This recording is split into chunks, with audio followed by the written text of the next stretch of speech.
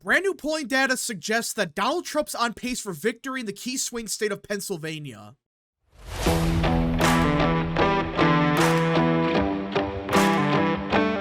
What is up, people of the internet? It is me, Real American, back again with a new video, and today we have to talk about the 2024 presidential election because brand new data suggests that Donald Trump's on pace for victory in the key swing state of Pennsylvania. Now, I am not saying it's a foregone conclusion Trump's going to win Pennsylvania. I still think that there is a pathway for Harris, but in the last couple of days, it seems like there has been more data to suggest, yeah, Trump's probably going to win Pennsylvania. And that's critical because, let's face it, whoever wins Pennsylvania more than likely is going to win the presidency. Because if Trump wins Pennsylvania, well, at that point, he just needs Georgia. And he's at 270. While Harris, if she gets Pennsylvania, that hurts Trump quite a bit because now he has to win a state like Arizona and Wisconsin just to barely crack 272. At that point, for Harris, she just has to win Wisconsin and Michigan.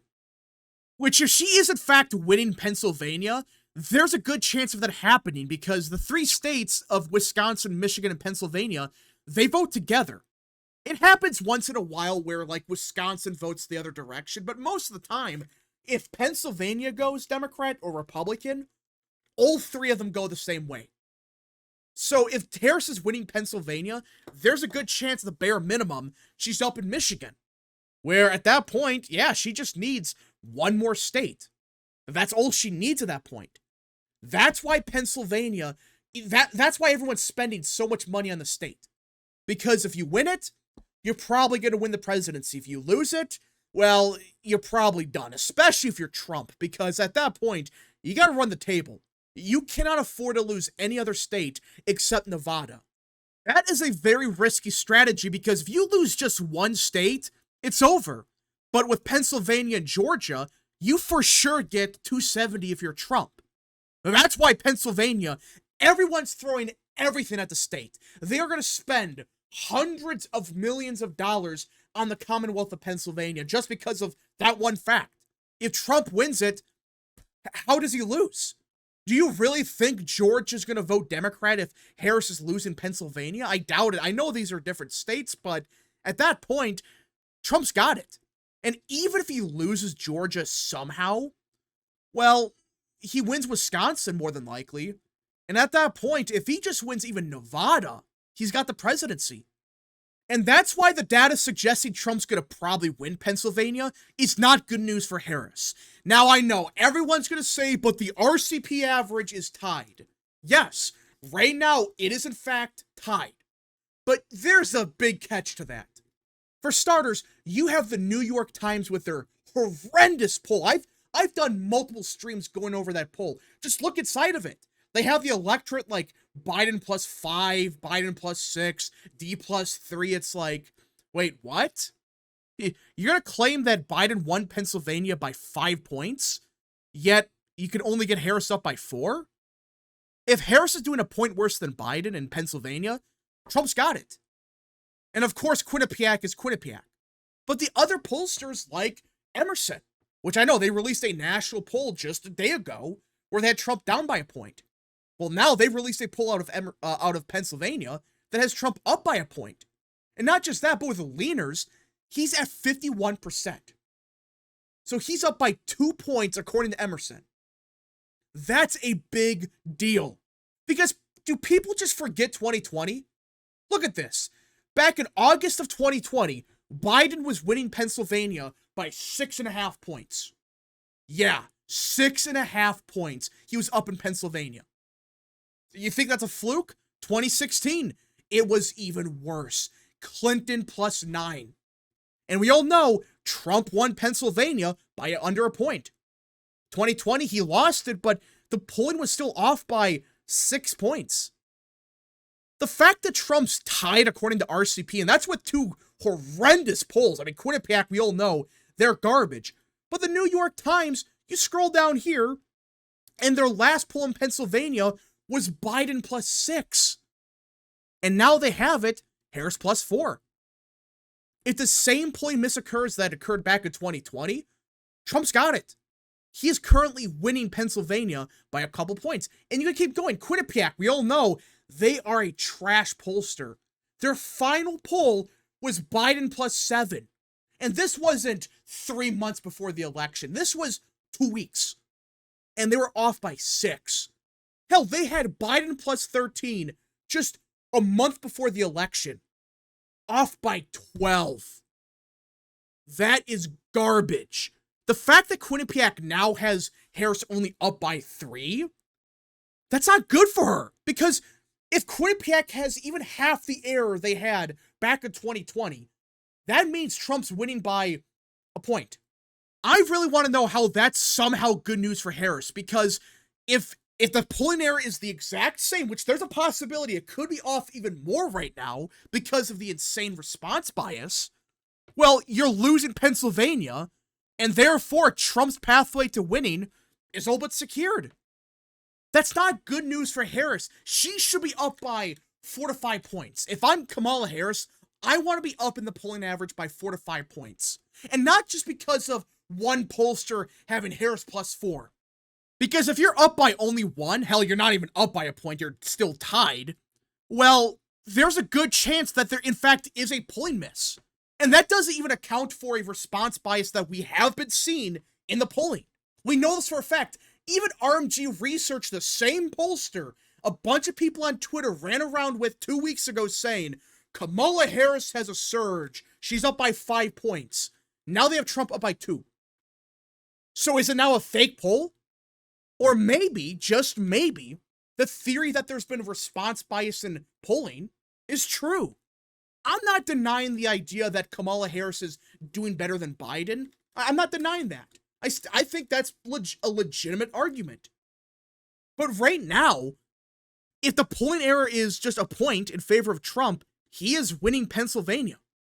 And I'm being generous. More than likely, if you have pollsters like Quinnipiac and New York Times pushing out crap like this, there's a good chance the polling miss is closer to 2 to 3 points. I'm not saying that's for sure going to happen, but when you look at the newer polling from like RMG Research, from even Emerson, it does strongly suggest there was a response bias for Harris, especially a couple weeks ago.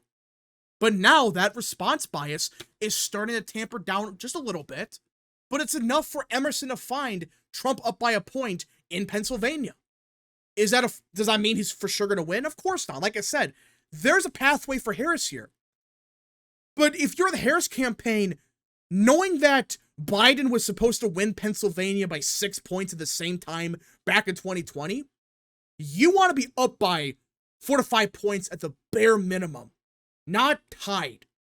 And even in 2020, the final average for the RCP average was spot on, but yet again, it was because of pollsters like Susquehanna, Trafalgar, Insider Advantage having Trump slightly ahead. If it wasn't for that, you're talking about like a 4-point miss because of Marist.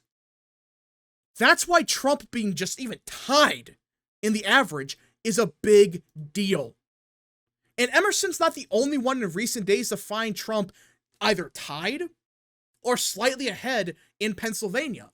Signal, which I know is a Republican poll, I get it, they found Harris only up by a point. And a quick reminder that we were told for weeks now, no, for about a month now, that Kamala Harris's best polling was going to happen in August.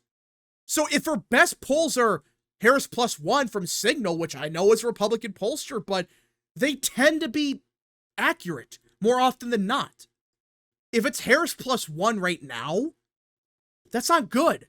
But it does show a consistent trend compared to just a week ago. A week ago, you had the New York Times, Quinnipiac, finding Harris +3, Harris +4. But now the recent polling, it's Trump +1, Harris +1. Some of the national polls suggest Trump's up again. Does that mean he's for sure going to win? No. But it does seem like, yeah, the response bias, that was in fact impacting the polls, which I was saying for weeks now.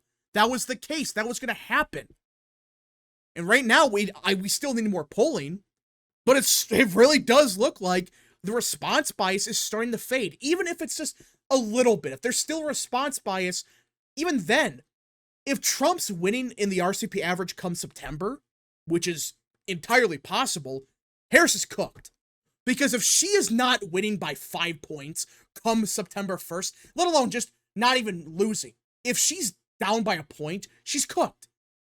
Hell, you could argue if she's up by a point, she's probably done. Because that's supposed to be her best polling. The month of August, historically, has been the best numbers for Democrats. And she is doing piss poor, even compared to Biden, compared to Clinton. She's tied. And that's with 2 garbage pollsters. But you might be saying, well, it's the polling. Maybe it's wrong. Maybe it somehow overstates Trump. Fine. All right, that's a possibility, I guess. Well, look at voter registration. Look at this.